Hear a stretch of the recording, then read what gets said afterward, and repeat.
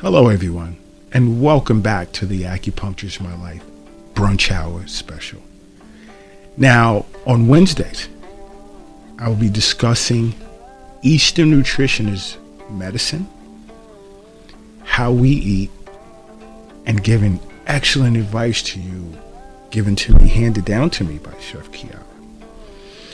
You see, in my many years of studying traditional Chinese medicine, that is one of several ways outside of, my grandparents that I've come to respect food as medicine.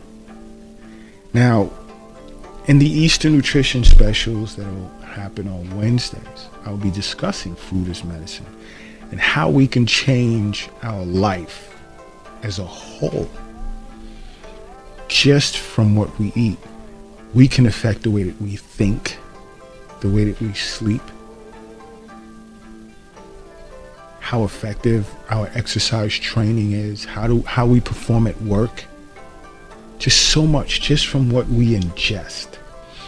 As a society, we don't take this, especially in the Western world, we don't take eating serious enough.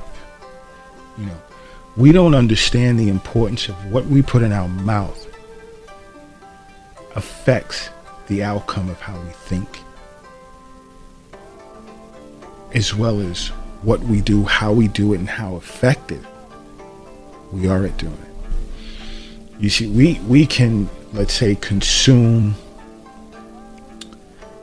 lots of alcohol, we can eat a lot of greasy foods, and our thought processes would be fogged. It would be foggy, unclear.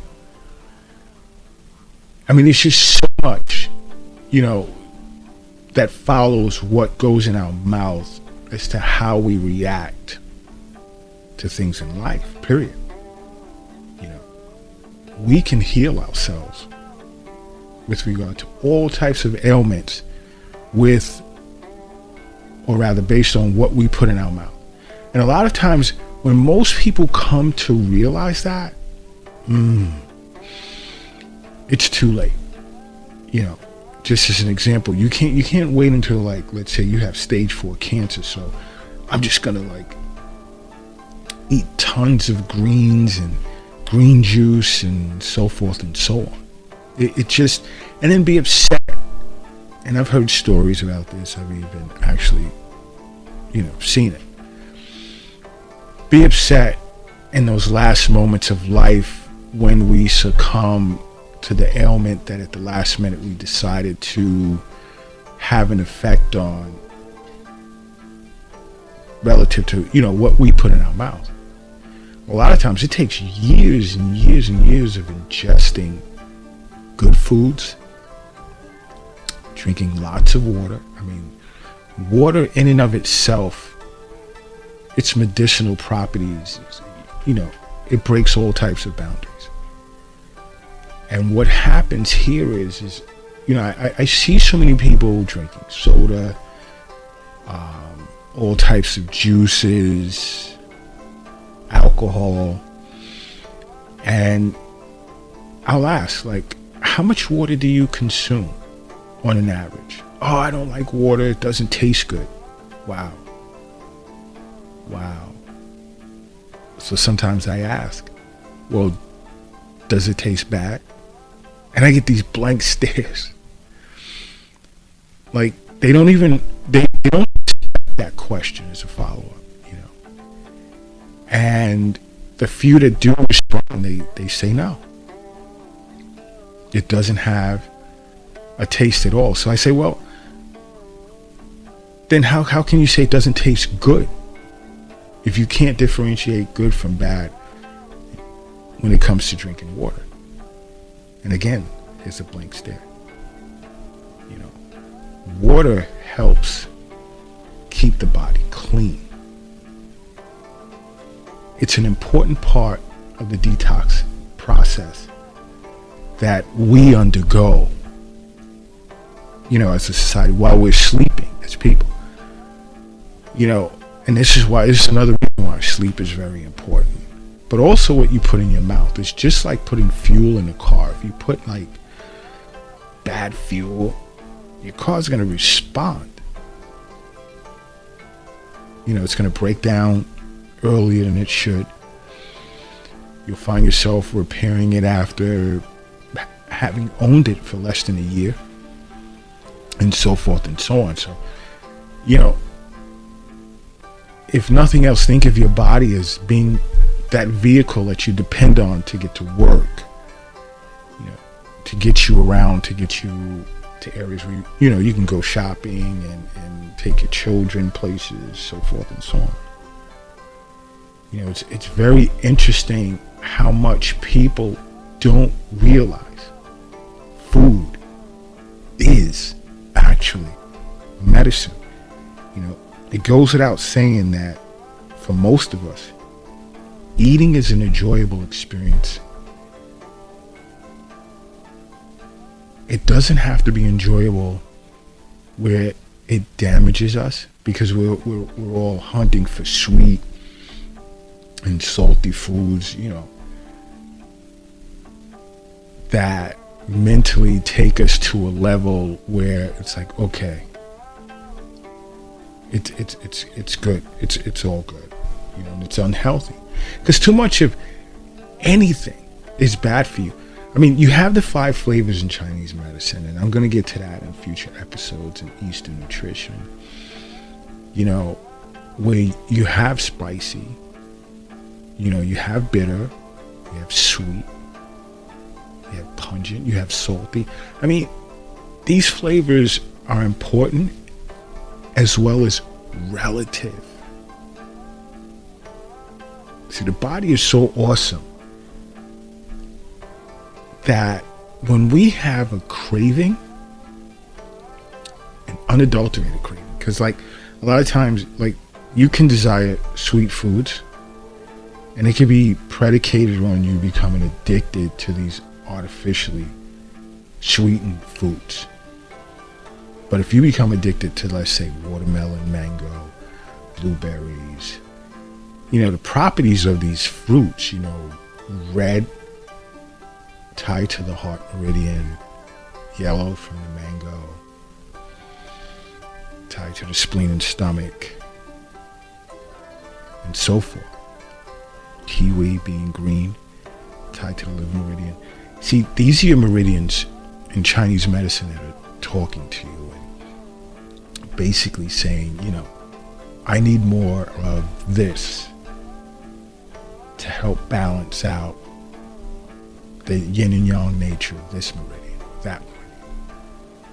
But then, chemicals in foods today have just like screwed us over, especially in the Western society.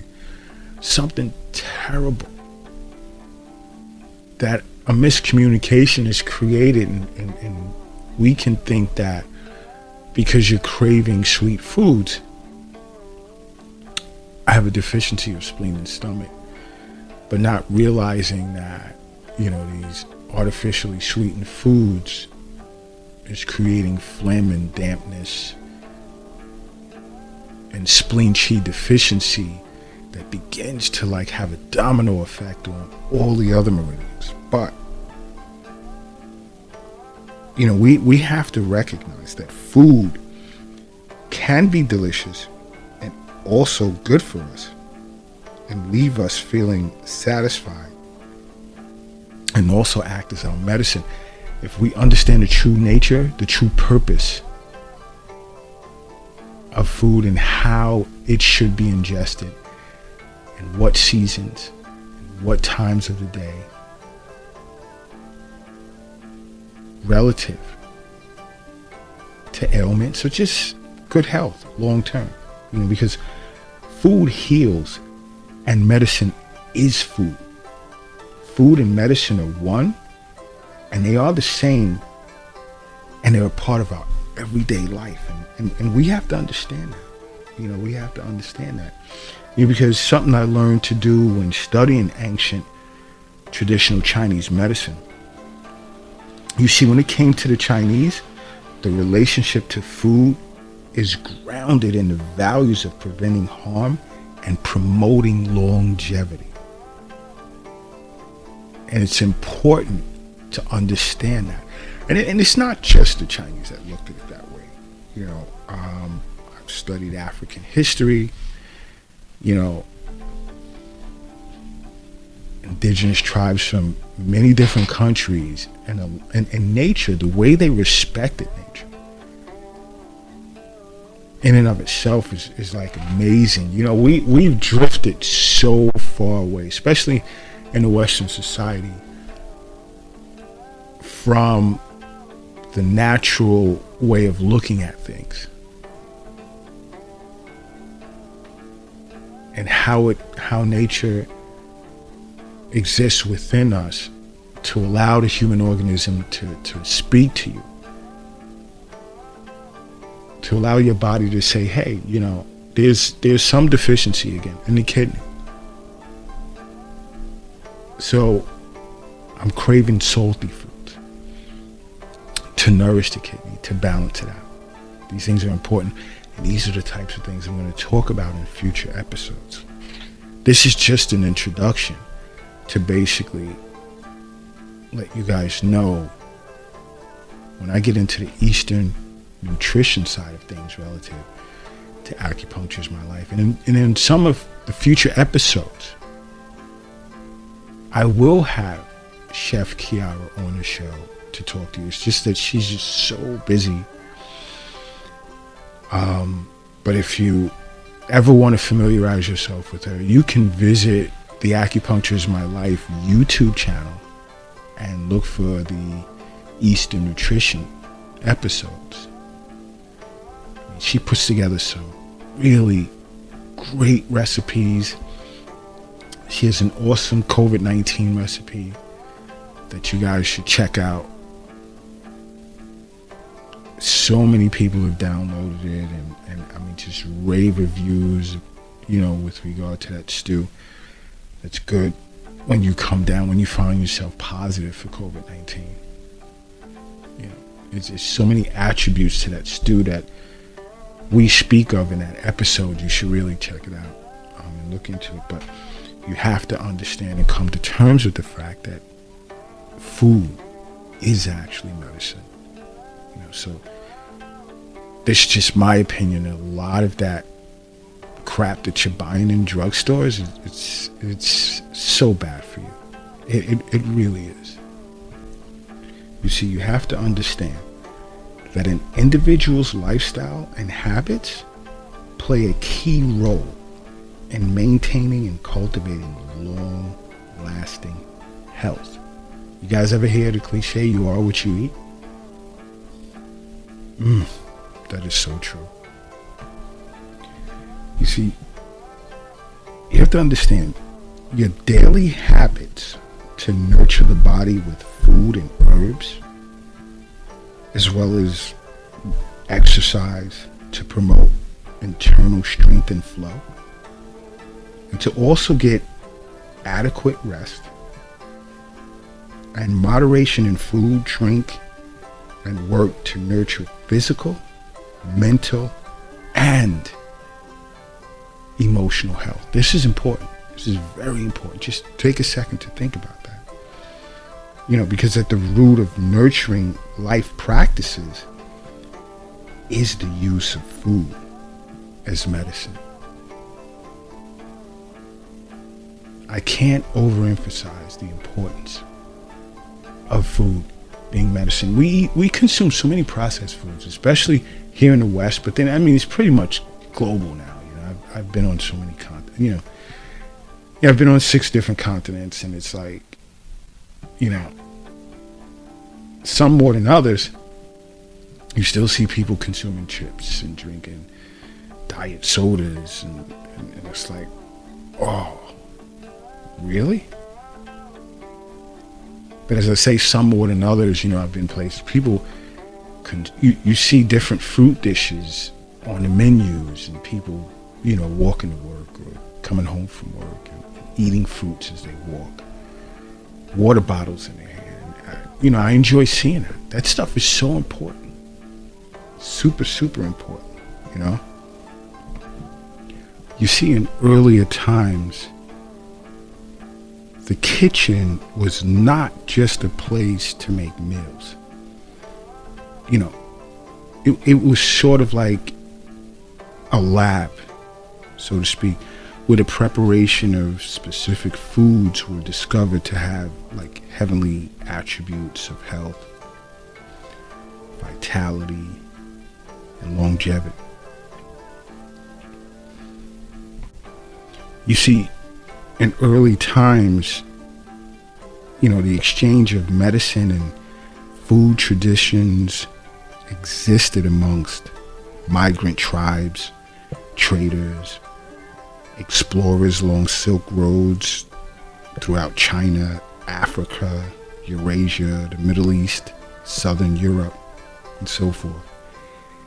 And at the same time, traditions of food as medicine were also alive and being practiced by the Romans, the Greeks, the Egyptians, the Mayans, all types of indigenous people throughout the world, whose civilizations shared similar insight into the power of food for healing.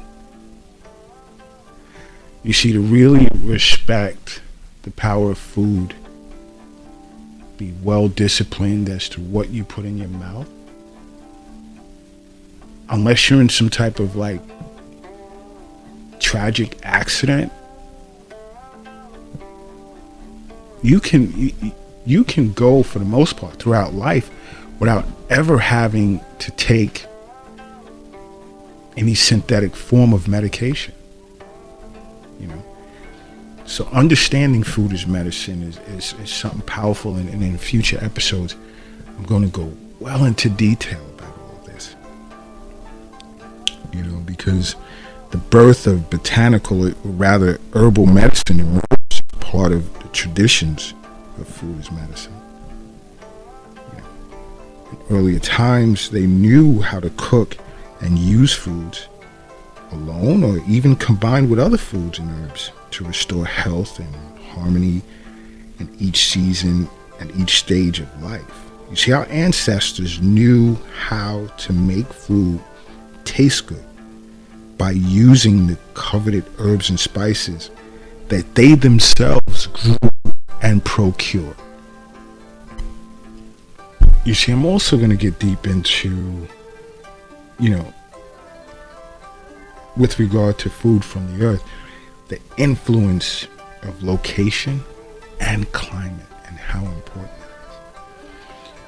You know, because to live in harmony with the forces of nature, location, and climate, it can affect and determine what we eat, believe it or not. And early civilizations knew how to balance natural forces through the foods they grew, prepared, and ate.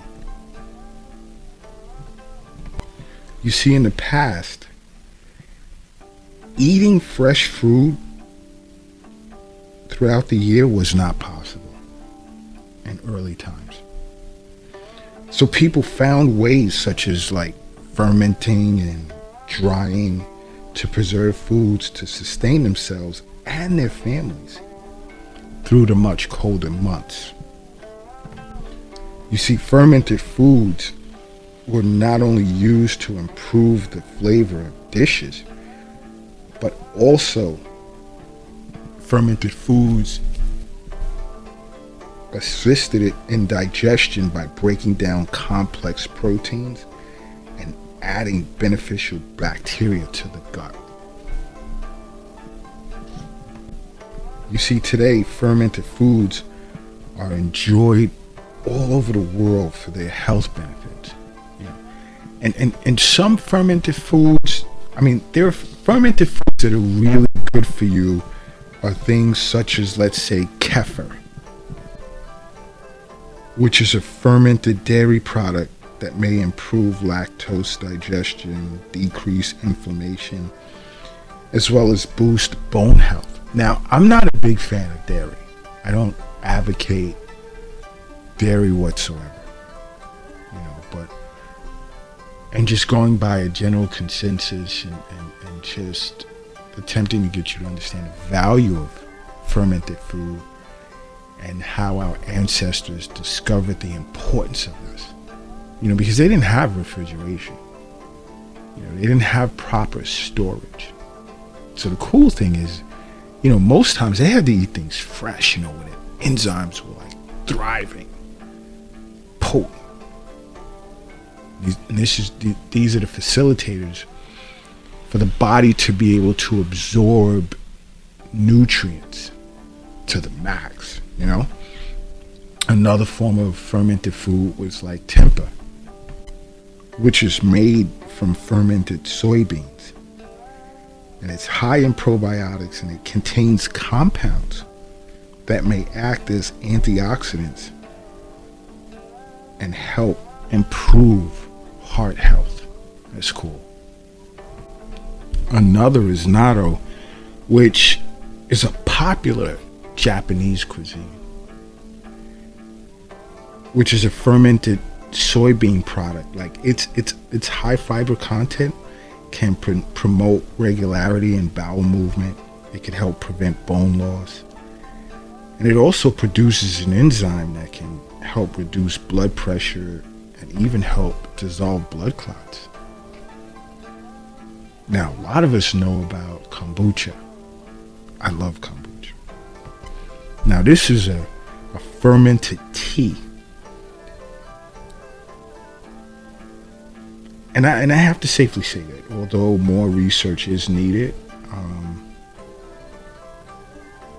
studies have found that it could help protect the liver, decrease blood sugar, and reduce levels of cholesterol and triglycerides. Then there's miso, another form of Japanese cuisine,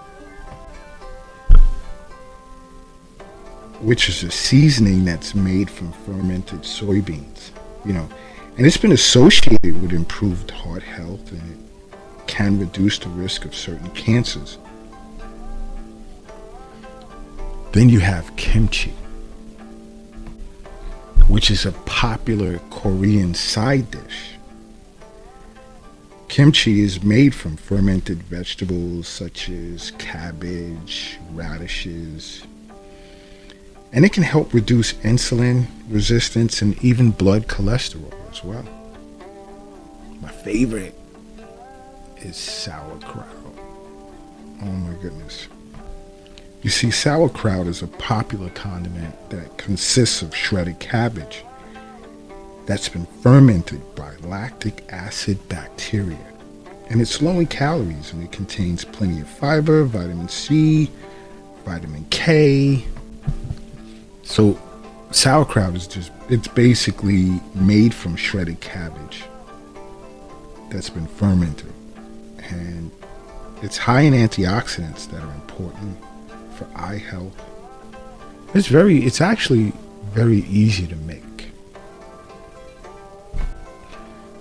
You see the point that I'm trying to make here? Just think, earlier times, our ancestors, and fermentation and drying of foods. You see, probiotics are found in fermented foods, which have been associated with the improvement of digestion, immunity, weight loss, and much more. But the point here is our ancestors were onto something that we've lost sight of. And you can see that we've lost sight of it by the amount of processed foods we're willing to consume just to satisfy an immediate mood or feeling. When we're depressed, we look for sweet foods. We look for sweet foods to sort of cover us for a lot of things. And it's just these unsweetened foods are just not good. They're just really not good. Now, when it comes to drying, you see, other than fermentation, our ancestors were really good at drying foods, drying grains, herbs, spices, vegetables, fruits, and even animal products. You see, drying intensifies the flavor and potency of foods, and it renders them usable throughout the seasons. And you see many of the same dried spices and herbs we find in today's stores, supermarkets, pantries are a treasure trove of culinary flavors and that have medicinal benefits that have been used throughout Asia and Western society for centuries.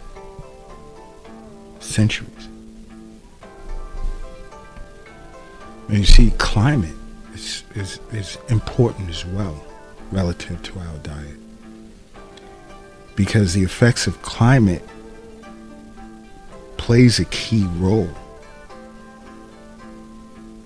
in recommended foods, especially like in my studies of traditional Chinese medicine.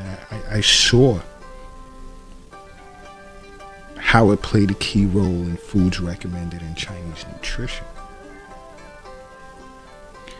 You see, with regard to the different types of climates, let's say such as like damp and temperate, or even hot and humid, or dry and hot,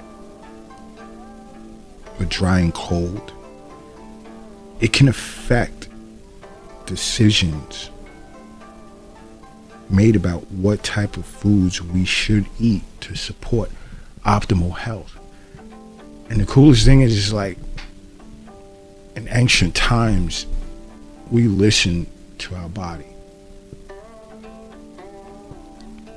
We listened and we knew, relative to the forces of nature, what we should consume, what times of the day, the time of year, all being relative.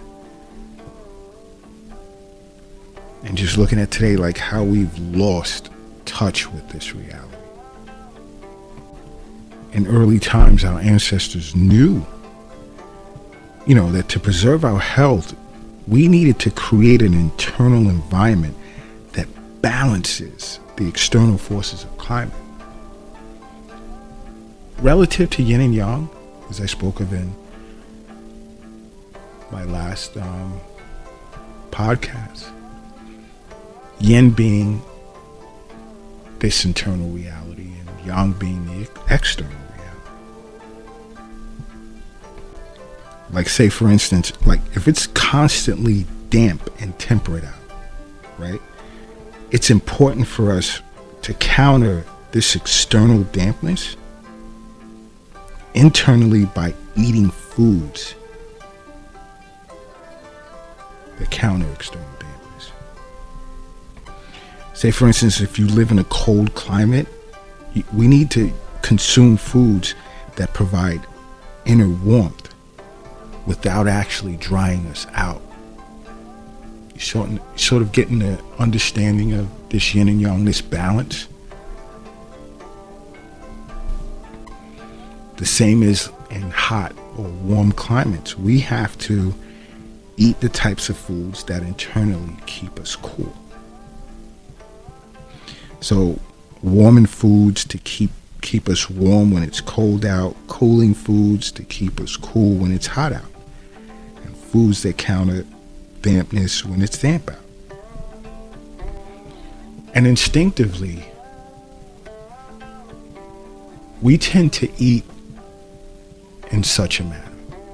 But there's much more distortion to that today because of the types of foods that are available to us. But for the most part, instinctively, like when it's cold out and we get sick, we naturally think about eating some soup or drinking some warm cocoa or tea and so forth. That's an instinct that's just there. It's just, regardless, it's there.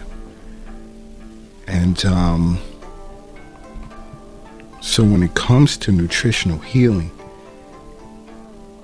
it's essential to know which foods are considered warming or cooling, moistening or drying, and what's best to eat at what time of the year, as well as how the flavors of food act on the body. So you see, in the Acupuncture is My Life Eastern Nutrition podcast, we're going to get really, really deep into the 5 flavors, into the seasons, into the warming and cooling and moistening and drying foods that are beneficial to us based on particular ailments or seasons, times of day, age as well. And that's super important. It's super important. But along with age, the seasons are really, it's a lot that we take for granted. We can find a favorite fruit and eat it year round. And you're really not supposed to do that. Just like a favorite type of meat, eat it year round. Favorite vegetable, eat it year round. And if you're aligned with the seasons dictate which fruits or vegetables and even meats you should eat relative to the season. You see, our bodies are affected in many ways by the change of seasons. And our ancestors recognized that as the weather changes, so does the need to adapt and change activities, habits, and even nourishment to maintain optimal health. We once clearly, and in some ways still do, understand that there are variations in temperature, light, dryness, and dampness with each element that impacts human health. Like, for instance, eating salads and, let's say, fresh berries and ice cold watermelon during the summer, as I've stated earlier, is a typical way to enjoy the foods and flavors of the hot season. But you see, if you eat these same foods near the end of summer or during the winter, now it's counter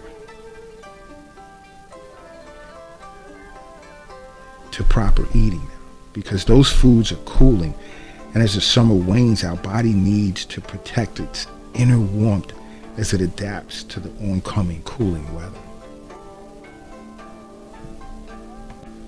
You see, I can't reinforce enough that eating the foods that protect and promote internal balance to the external forces is what plays into longevity, balanced lifestyle. For example, again, if it's windy, we need to protect ourselves from the wind. If it's hot, we need to maintain an even internal temperature to avoid becoming overheated. And when it's cold, we need to protect ourselves from the cold while generating internal warmth and hydration. This is important. These are things that I'm going to go deep in depth in with regard to Eastern nutrition, promoting a long, healthy, and happy lifestyle from what we eat or have available to us to eat. Because in future episodes, I plan to discuss with you the foundational principles of the medicine, or of medicine as it applies to food, its thermal nature and flavor, together with the forces of yin and yang and their combined action and potency on our bodies.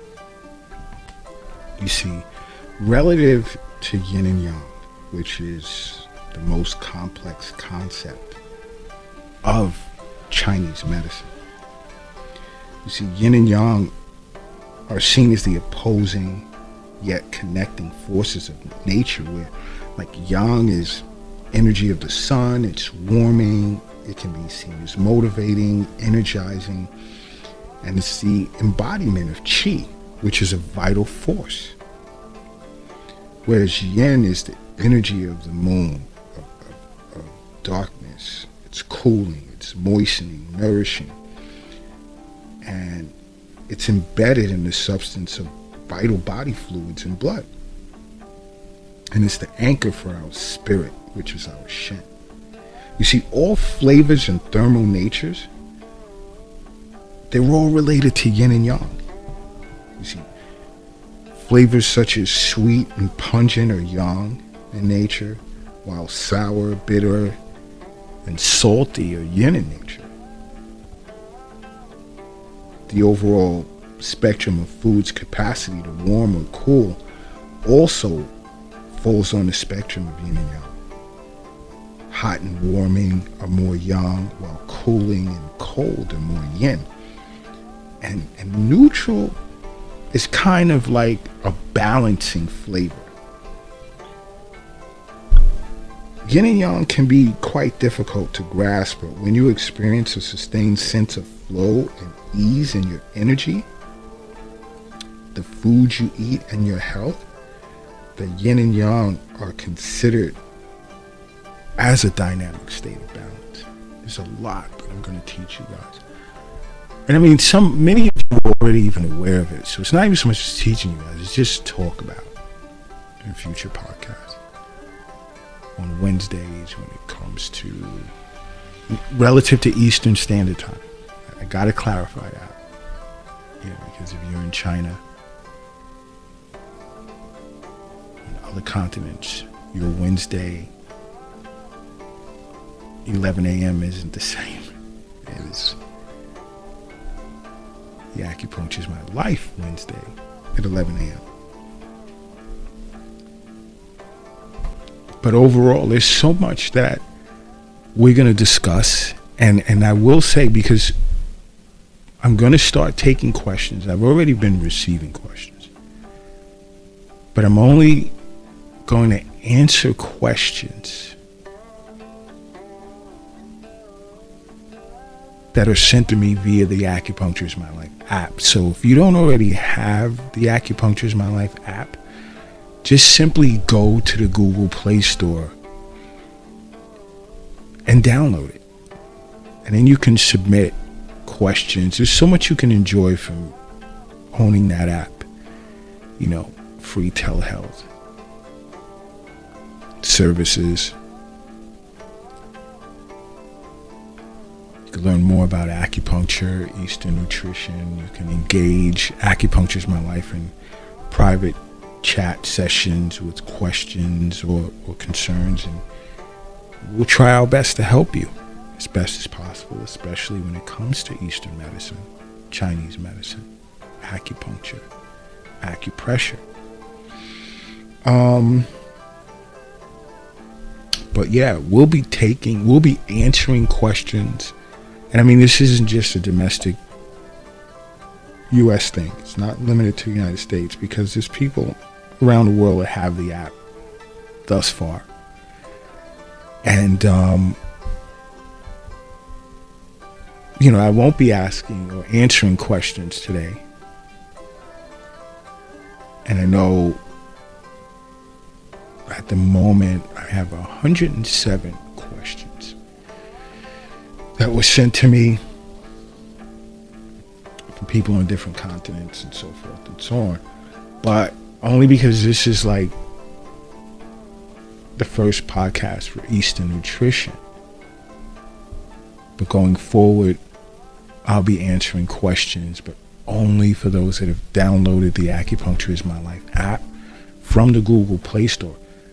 But other than that, I would definitely say check out the YouTube channel, the Acupuncture is My Life YouTube channel. You can follow us on Facebook, Instagram, Twitter, Pinterest, Tumblr, LinkedIn. There's more.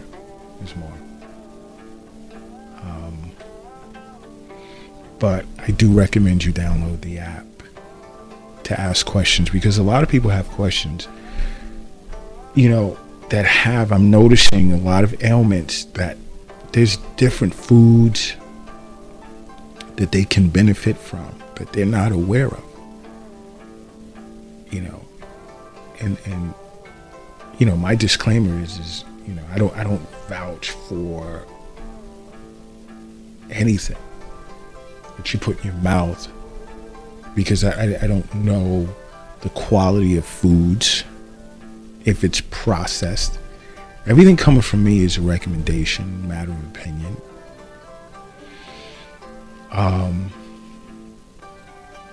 But here at Acupuncture's My Life, we try our best to give you good advice relative to opinion, and also advise you to research as well. Do your research. I always tell people, do your own research. Here's my recommendation. This is what I recommend. Support it with doing your own research. And some will even come back with added information, which is good for them. You know, and through the Acupuncture's My Life chats on the app, you know, I do tell them, like, think about what you've learned from the research that you've done. I've given you the basics for you to build on. And you'll be amazed. Like, some will go, wow, thanks. I see your point. You know, because we get so caught up in everyday life and many things that go with it that we ignore the saying, simplicity is key. A simple lifestyle is still an awesome lifestyle. You know? There's really nothing complex to living and enjoying life. You know, our everyday pursuit of happiness has us running in circles with a blindfold on. Relative to food, there's so many quality grains and herbs. There's so many quality fruits and vegetables that just taste so good, that, you know, with proper preparation, far greater than eating junk food, snacks that leave us feeling bloated. We don't want to do anything. We just want to sleep. Just sit back. And you have to think, when these foods enter our stomach, not even our stomach, our intestines, it just turns into fecal impaction. It just sits there, it dries us out. It just absorbs, all of the water is absorbed out of it. And you're stuck, and you have these people with these big stomachs, and they go for, you know, all types of surgeries and cosmetic surgeries. It's just really not good. You don't need to spend tens of thousands of dollars on stomach bypass surgeries and this and that. It's all about what you put in your mouth. That's what it comes down to. And that's why on the Eastern Nutrition episodes of Acupuncture's My Life, we're going to dive deep into nutritional healing relative to Chinese medicine, with a lot of input from Chef Kiara. A lot of input from her. But, you know, just keep in mind, just try and, you know, I know we're overwhelmed with so much, especially in the time, in this pandemic, with a lot of uncertainty. You know, anything we just pick up to just satiate our appetite, we just throw in our mouth, because we have a lot of other things on our mind. And when we do things like that, we lack clear thinking, a clear thought process.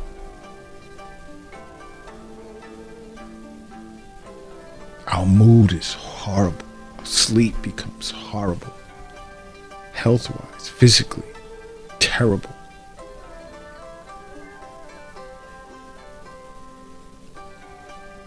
These things, you know, impacts our lives. It ages us, depresses us. Then we get on these antipsychotic drugs. Most of them are placebos. It's just the thought that you think you're putting something in your mouth that's helping you. It's a temporary mind over matter thing, but just think of the power, the mental power that's placed behind this capsule that's put in your mouth. Think about if you thought that way as you ate. if I push, it's just like going to the gym and working out. You know, you really don't want to, as a guy, lay up under 300 pounds of steel or 200 pounds of steel and push that bar. What if this drops on me? The resistance that goes behind it. Imagine transforming that type of thought process and energy toward food. Let me stay away and resist sweet foods or processed foods and stick with fruits and vegetables, steamed, and meats relative to the seasons. How much healthier you'll be. Good month of that. Proper exercise, proper rest. Watch how your mood changes, your outlook on life, your willingness, desire to live longer. Watch how all of that changes.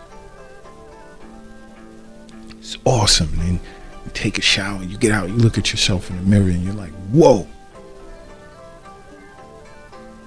You don't have to be like muscle bound or cut up, but just to have that healthy, exuberant look, just watching the energy reflect back to you and seeing you at your best physically, what it does to you mentally. So awesome, and we're gonna get deep into that here at Acupuncture is My Life on Wednesdays, the Eastern Nutrition episode. Because I can't wait. I mean, I know Chef Kiara's like busy. I mean, whoa. She's like awesome. She's a diet coach and she has so many clients. And I mean, she does so much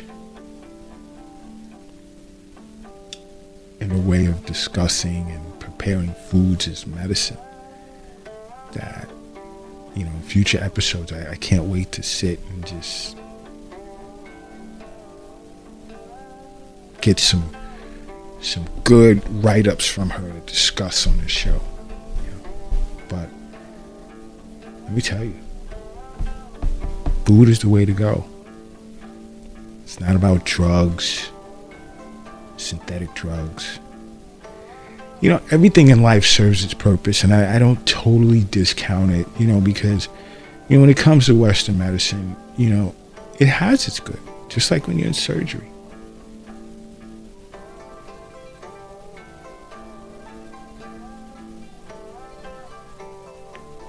It serves its purpose.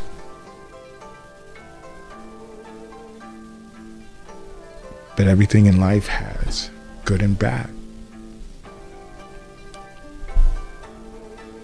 How do we dissect this understanding?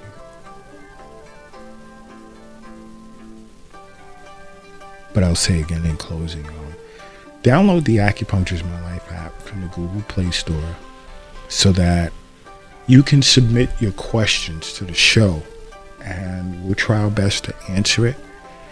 And if we don't answer it in the succeeding episode, it'll get answered in following episodes. Yeah, download the app and check us out on YouTube. And you can also go to www.acupuncturesmylife.com to learn more about acupuncture and what we have to offer.